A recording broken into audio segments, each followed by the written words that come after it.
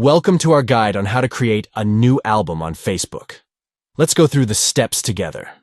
Begin by opening the Facebook app on your Android device to access your profile. Tap on your profile picture to navigate to your profile page. Below your profile picture, tap on Photos to view your photo collections. Next, select Albums at the top to see all your existing albums. Tap on Create Album to start making a new album. Enter a title for your album to give it a meaningful name. Then, tap on Create to finalize the creation of your new album. Now, you can start adding photos to your new album by tapping on Add Photos.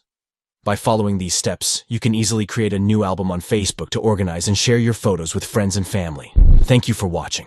We hope this guide has been helpful in showing you how to create a new album on Facebook.